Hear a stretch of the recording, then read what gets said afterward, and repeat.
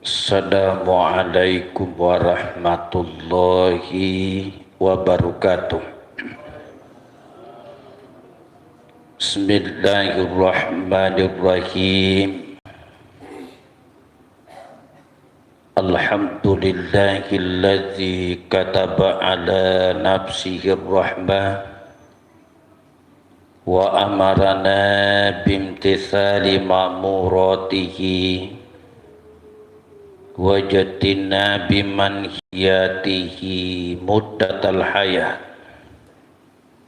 wassalatu wassalam ala asyrafil anbiya'i wal mursalin sayyidina Muhammadin wa ala alihi wa sahbihi ajma'in. Amma ba'du. Qala Rasulullah sallallahu alaihi wasallam, innallaha tayyibun la yakbalu illa tayyiban wa innallaha amaral mu'minina bima amara bihi al-mursalin faqala ya ayyuhar rusul kulu minat tayyibati wa'malu salihan inni bima ta'maluna ali ila akhiril hadis. Jamaah duhur yang dimuliakan dan dirahmati Allah subhanahu wa ta'ala, alhamdulillah senantiasa kita bersyukur kepada Allah subhanahu wa ta'ala pada kesempatan yang berberkah ini kembali kita diizinkan hadir menunaikan salat jamaah duhur dan melaksanakan majelis ilmu, melanjutkan pengajian kita. Dalam riwayat hadis yang sanadnya dari Abu Hurairah radhiyallahu anhu, Nabi bersabda, innallaha tayyibun la yakbalu illa tayyiban wa innallaha amara al-mu'minina bima amara bihil mursalin faqala ya ayyuhar rusul kulu minat tayyibati wa'malu salihan inni bima ta'maluna alim wa qala ya ayyuhalladzina amanu kulu min tayyibati ma razaqnakum thumma zakarar rajulu yutilus safara ash'ata agbara yamuddu yadaihi ilas samai ya Rab ya Rab wa mat'amuhu haramun wa mashrabuhu haramun wa malbasuhu haramun wa guziya bil haram fa anna yustajabu lizalika. Jamaah sekalian, Nabi bersabda, innallaha tayyibun, sesungguhnya Allah itu maha baik. Maksudnya suci. Layak balu illa tayyiban, tidak akan menerima kecuali yang baik. Jadi sesungguhnya Allah itu baik, maha baik dan tidak menerima kecuali yang baik. Wa innallaha amaral mu'minin bima amara bihil mursalin. Dan sesungguhnya Allah telah memerintahkan orang-orang beriman seperti yang Allah perintahkan kepada para rasul. Maksudnya Allah memerintahkan kepada orang-orang beriman seperti juga Allah perintahkan kepada para rasul. Yang dimaksudkan adalah firman Allah, ya ayyuhar rusul, wahai para rasul. Yang diseru para rasul, tapi sebenarnya arahnya kepada kita semua. Kulu minat thayyibati wa'malu sholihan inni bima ta'maluna alim. Allah berfirman, ya ayyuhar rusul, wahai para rasul, kulu, makanlah, pergunakanlah, manfaatkanlah minat thayyibati, dari yang halal lagi baik, wa'malu sholihan, dan kerjakanlah amal saleh. Ini bima ta'maluna alim, sesungguhnya aku, kata Allah, bima ta'maluna alim, maha mengetahui dengan apa yang kalian kerjakan. Hadirin, Allah sampaikan arahnya seolah-olah hanya kepada Rasul, tapi sesungguhnya kepada kita seluruhnya. Allah bilang, sampaikan, berfirman, kulu, makanlah, pergunakanlah, manfaatkanlah. Pengajian kita yang terdahulu pernah kita singgung, apabila kata akala yang artinya makan berdiri sendiri dalam satu kalimat, apakah itu ayat atau hadis, berdiri sendiri dengan seluruh bentukannya, apakah bentuk fi'il madi, fi'il mudhari, berbentuk fi'il amr, atau berbentuk isim masdar, dengan seluruh bentukannya. Kalau kata makan berdiri sendiri itu akala, tidak disebut pasangannya yaitu minum, maka itu artinya bukan cuma makan, tapi diartikan juga mempergunakan, memanfaatkan. Tetapi kalau kata makan disebut pasangannya yaitu minum. Nah, contohnya firman Allah, kulu washrabu wala tusrifu, makanlah dan minumlah, wala tusrifu, dan jangan berlebih-lebihan. Jadi apa artinya di situ kulu, makanlah, tunggal, hanya bisa diartikan makan karena disebut pasangannya, wasyarabu, dan minumlah. Jadi artinya murni cuma makan. Tetapi kalau kata makan akala berdiri sendiri. Nah, contohnya ini, ya ayyuhar rusuluh kulu minat thayyibati wa'malu sholihan.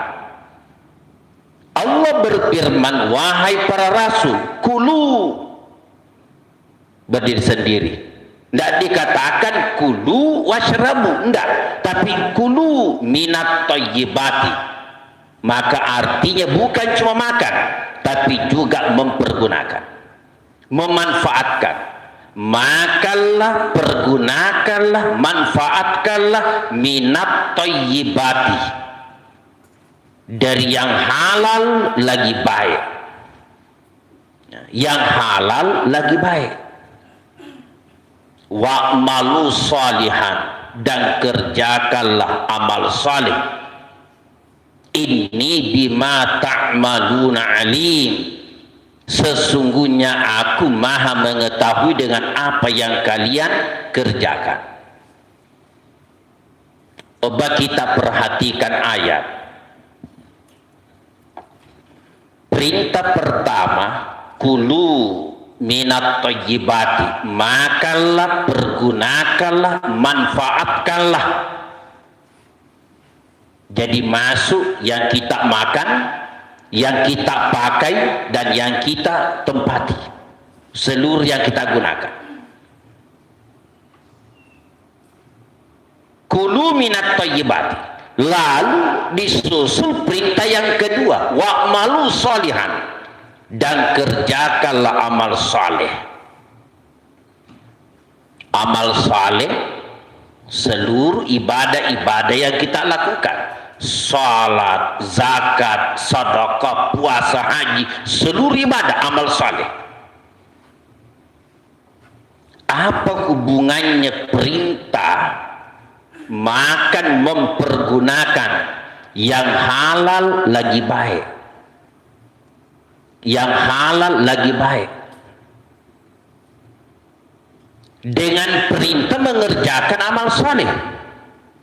Ternyata hubungannya berkaitan ini amal saleh, salat, puasa, sedekah, haji, zikir, doa, seluruh bentuk amal saleh diterima atau ditolaknya di hadapan Allah tergantung apa yang kita makan, tergantung apa yang kita pakai, tergantung apa yang kita pergunakan.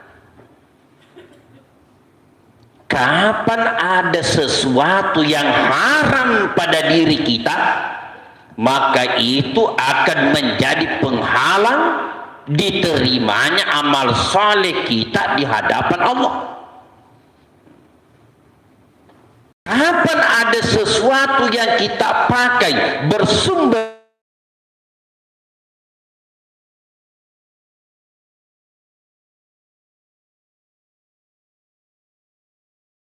contohkan di sini,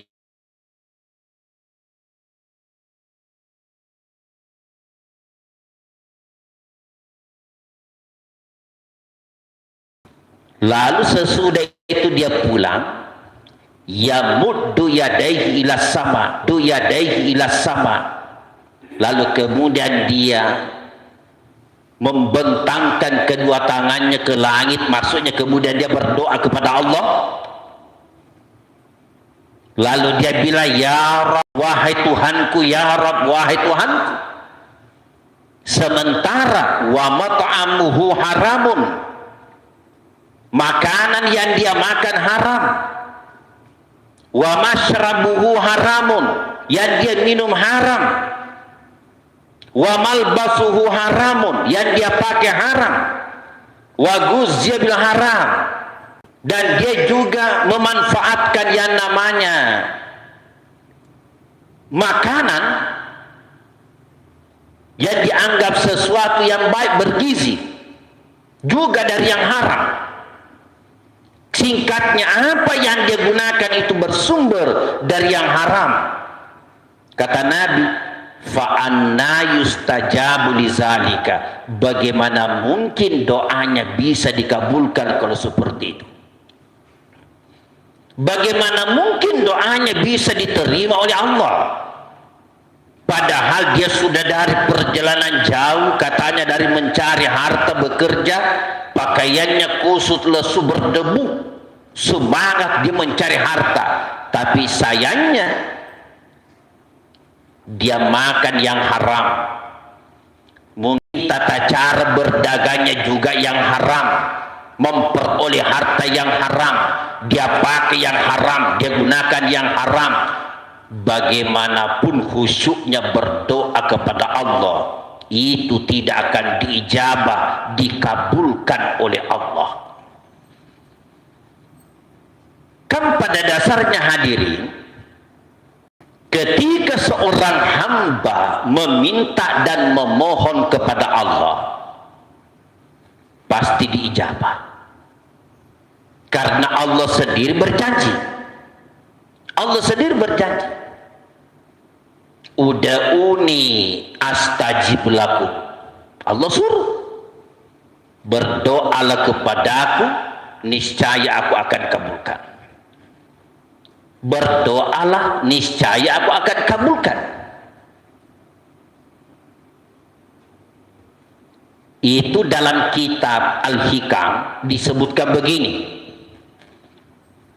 La yakun ta'akhuru amadil ata'i ma'al ilhaqi fid du'a mujiban liyasika.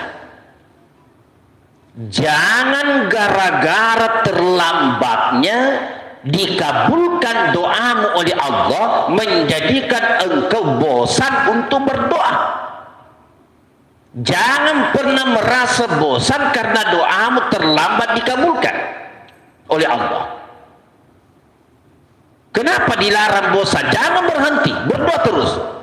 Karena Allah sudah berjanji, fahuwa dhamina lakal ijabah. Karena Allah telah menjamin pengabulan doa atas dirimu. Jadi secara dalil tidak ada orang meminta kepada Allah kecuali akan dikabulkan. Kecuali kalau hamba itu sendiri yang membuat benteng penghalang. Dia sendiri membuat tembok, dinding, sehingga doanya bahkan seluruh ibadahnya bisa tertolak di hadapan Allah Subhanahu wa ta'ala. Allah Maha Pengampun, Maha Rahmat, akan mengabulkan, tapi dengan ketentuan fima yahtaruhu laka, berdasarkan yang terbaik menurut Allah. La fima tahtaru linafsika, bukan berdasarkan yang terbaik menurut kamu yang berdoa. Wa fil waqti yuridu la fil waqti turidu, dan berdasarkan waktu yang diinginkan Allah, bukan berdasarkan waktu yang diinginkan oleh hamba yang berdoa.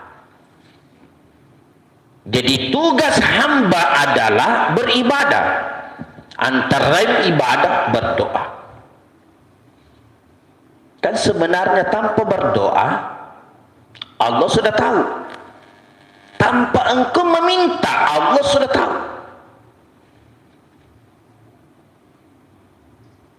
Andre Kurota Kiai Haji Muhammad As'ad, bukan saya yang dengar, tapi didengarkan langsung oleh murid yang mengaji di hadapan beliau.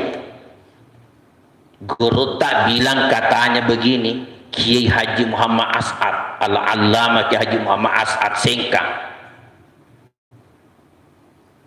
urusui agamana pun Allah Ta'ala.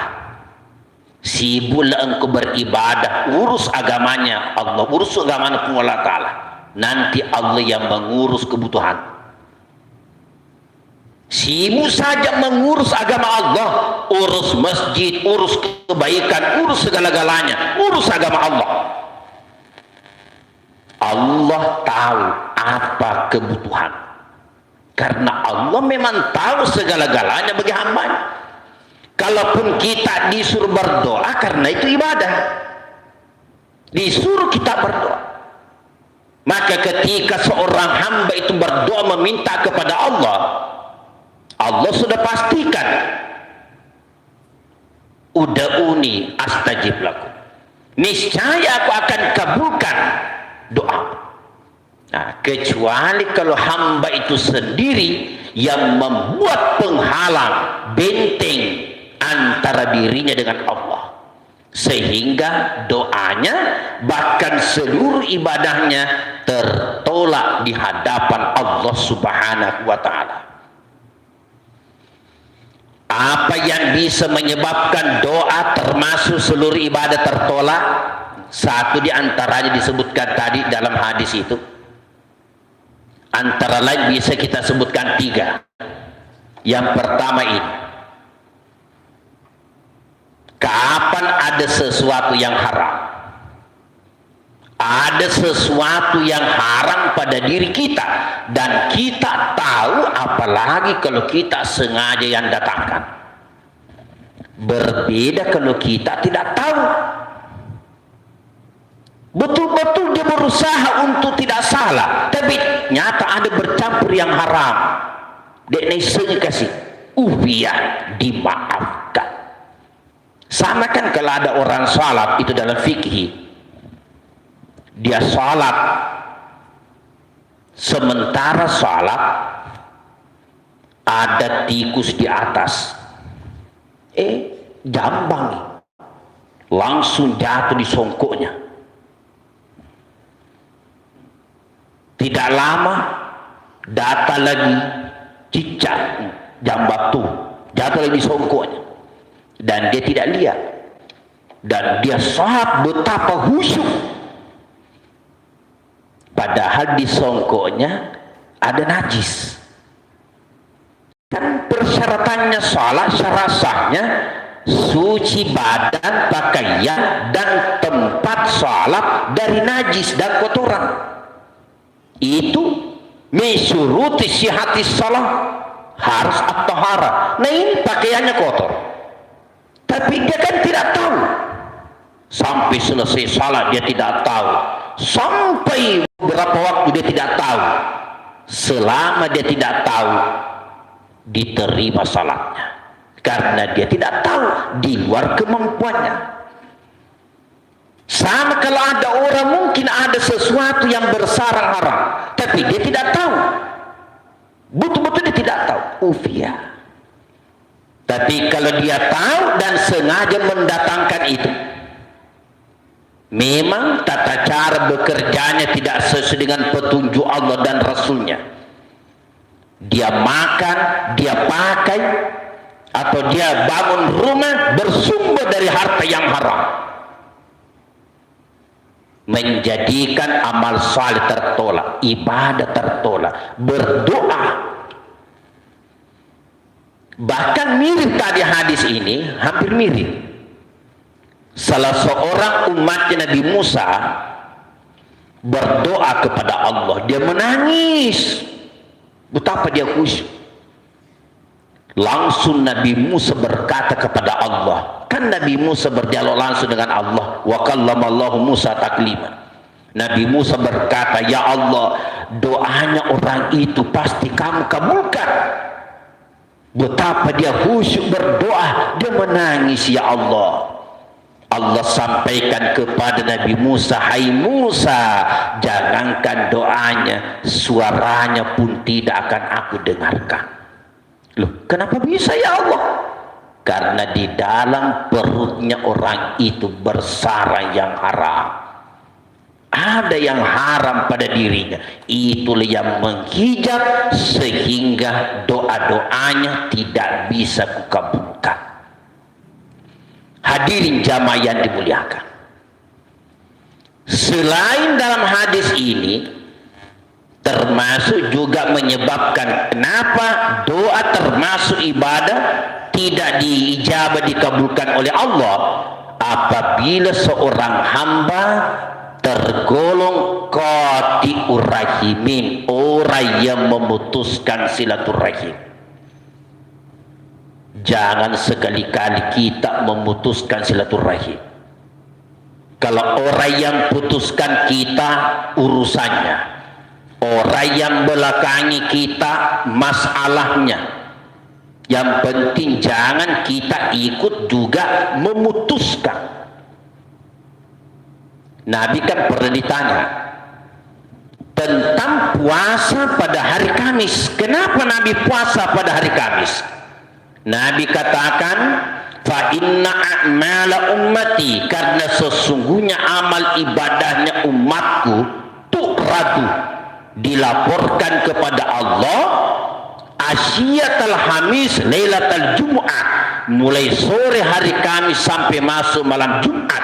Wala yuqbalu amalu qati'ir rahimin, namun tidak diterima amal ibadahnya orang yang memutuskan silaturahim. Naudzubillah. Ini yang kedua. Dan yang ketiga, jangan suka kita bertanya, berkomentar, kenapa doa aku belum dikabulkan? Lamanya saya berdoa sampai hari ini belum dikabulkan. Tambah tidak akan dikabulkan oleh Allah. Nabi bilang begini, yustajabu du'a'u ahadikum malam ya'jal, akan dikabulkan doa salah seorang di antara kalian selama dia tidak tergesa-gesa. Siapa yang dikatakan tergesa-gesa? Fayaqulu, yang selalu berkata qad da'autu, sungguh aku telah berdoa, falam yustajabli, tapi belum dikabulkan untukku. Karena ketika orang selalu berkata kenapa belum dikabulkan, kenapa belum diijabah, itu seolah-olah kita lebih tahu daripada Allah subhanahu wa ta'ala. Padahal Allah yang maha tahu kapan itu akan dikabulkan dan apa yang terbaik menurut Allah subhanahu wa ta'ala.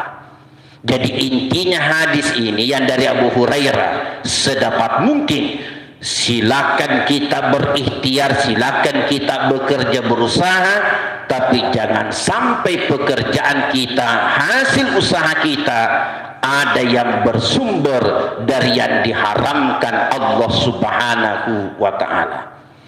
Hadirin jamaah duhur yang dimuliakan Allah subhanahu wa ta'ala, semoga hadis ini dapat menjadi renungan bersama dan Allah menjaga kita, melindungi kita dari segala hal yang bisa menyebabkan amal ibadah kita tertolak di hadapan Allah subhanahu wa ta'ala. Mohon maaf atas segala kekurangan. Bismillahirrahmanirrahim. Alhamdulillahi rabbil alamin. Allahumma salli ala sayyidina Muhammad wa ala ali sayyidina Muhammad. Rabbana zalamna anfusana wa illam taghfir lana wa tarhamna lanakunanna minal khasirin. Allahumma ghafir lana wa liwalidina warhamhum kama rabbayana shighar. Allahumma inna nas'alukal huda wat tuqa wal afafa wal ghina. Allahumma ya Razzaq dzul quwwatil matin urzuqna wa barik lana bi rahmatika ya arhamar rahimin. Rabbana la tuzigh qulubana ba'da iz hadaitana wa hab lana min ladunka rahmah innaka antal wahhab. Rabbana atina fid dunya hasanah wa fil akhirati hasanah wa qina adzabannar. Wa sallallahu ala sayyidina Muhammadin walhamdulillahi rabbil alamin. Al-Fatihah.